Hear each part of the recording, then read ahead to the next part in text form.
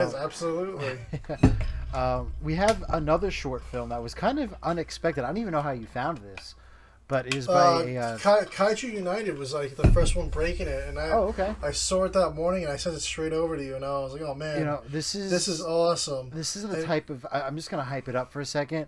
This is the type of stuff that like before I was married would keep me up until like 4 o'clock in the morning because I'd be going down the YouTube rabbit hole of like conspiracy video stuff and all that yes, stuff. It is a short film by Danny Donahue. It is Godzilla 8mm found footage. Is the title of the it's Analog Horror, I think is the name of like the series. yeah, It is so good. yeah.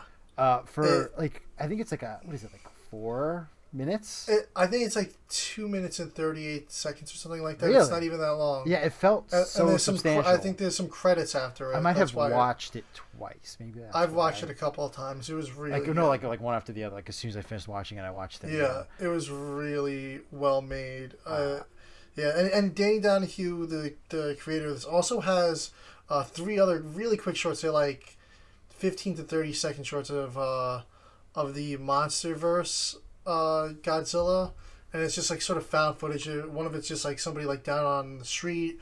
Another one's from like an office building. Another one's another down on the street one, with some really great shots and just animation. And he's got other horror themed shorts on the channel as well. They're like found footage. He's got like I can't think of what the name of the monster was, but some really cool stuff on there. Definitely worth checking out if you're into the found footage stuff.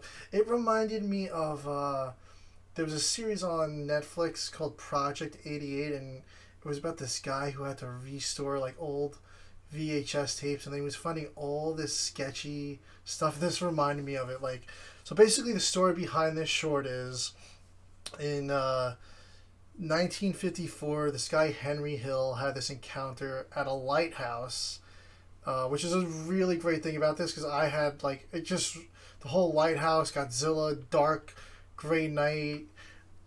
It just had this foghorn vibe to it, or just like the Beast from 10,000 Leagues Below the Sea, or like 10,000 Fathoms, with the whole lighthouse scene. So he's at this lighthouse, and out in the ocean, he sees this dark black mountain, and he describes it, and it's just coming closer and closer, and he's just scared, and he's just describing this whole experience, and the footage shows it's Godzilla clearly approaching. He's just hiding behind the lighthouse, and walks by and just crushes. I believe it's a Corvette or something. This takes place in, like I said, took place in the 50s, 1954, and throughout this whole thing, he's kind of narrating. It's 1960 now. He's talking about this footage that he took, and he's coughing throughout it. He's saying he's had all these health problems since the encounter, and it's all because of Godzilla's radiation. Kind of just gave him, I would assume, cancer and who knows what else.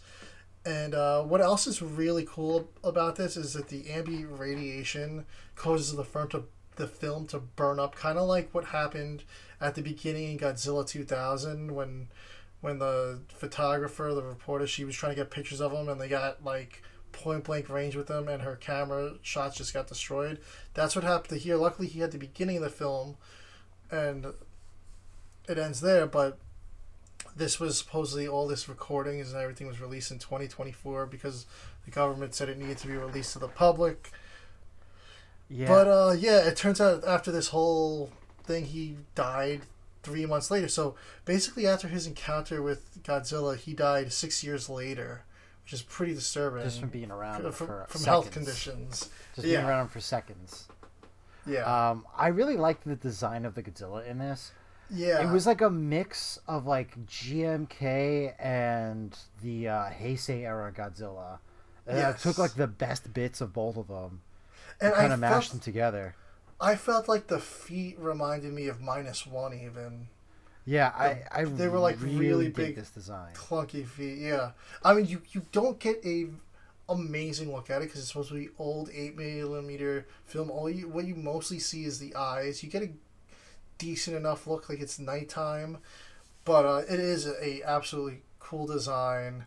I can't wait to see what else he's got in store for us. I mean, this is like the the second found footage project I've seen in the last year or so, because there was also that Godzilla vs. the Griffin one. Yes, with Zilla in it, which was also awesome. Yeah, based on that movie that never got made.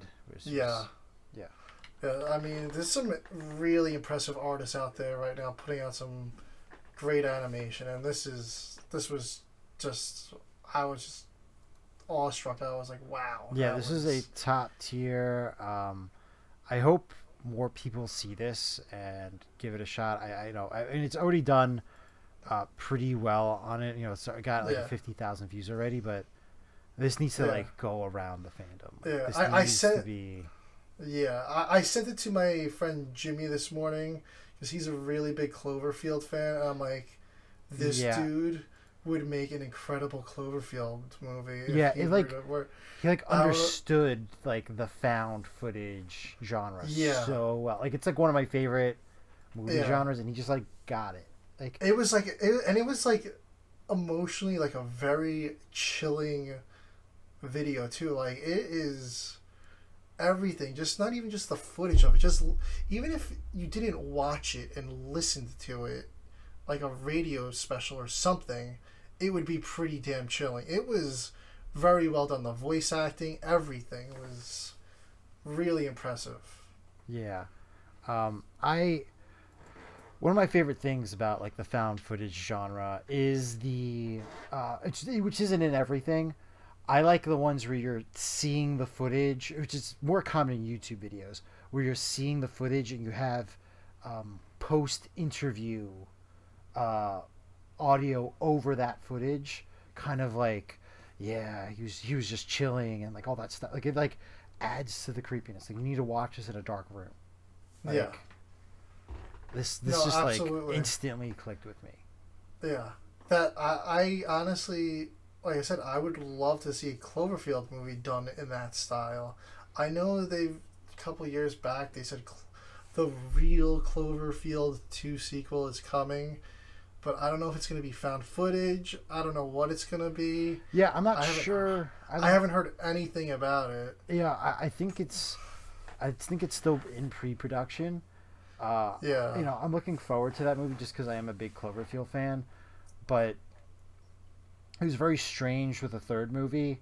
They kind of had like a stop-start moment with the alternate reality game that accompanies these movies, and they kind of stopped, and then the movie just kind of came out, and you know, maybe it's because it was a little bit more lackluster. It was a Netflix movie.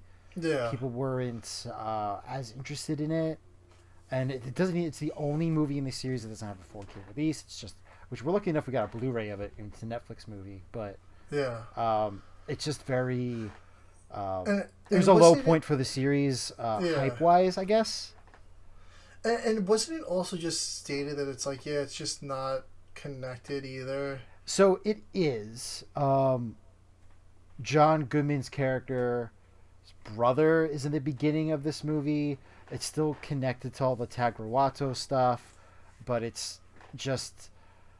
There's a lot of alternate world universe stuff going on in that movie, so it's like attached, but like tangentially, you know, could be a sequel, could be an alternate story off in the distance. A lot of questions still brewing about that. A lot of fan theory stuff around that. You can watch hours and hours of stuff online about the Cloverfield universe. I mean, there's just 3 movies. I mean, which is a lot of movies, but.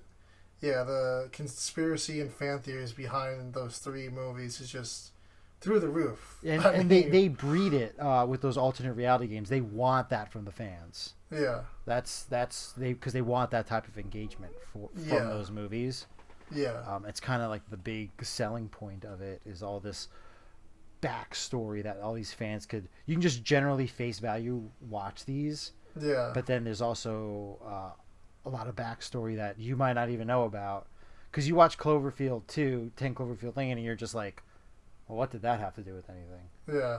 And then it turns out that John Goodman's character is a big conspiracy theory nut. He worked for Tagrawato's Air Force Division, and he knew that the aliens were coming, and he was probably doing the research on Clover, and like... Yeah. No, it's pretty crazy how all these things connect, and uh, it's fun when fans can. At least it's been a while. I mean, at least they have something to thrive off of between movies. Yes, yeah, and that's usually what they do. It's usually like a year before, like when they announce the movie, they usually start the game, and then the game lasts until like usually like a week before the movie releases. Yeah. But And then there's like viral campaigns and everything. exactly. They've done a good job with these movies, so I'm looking forward to where that goes as well. Yeah.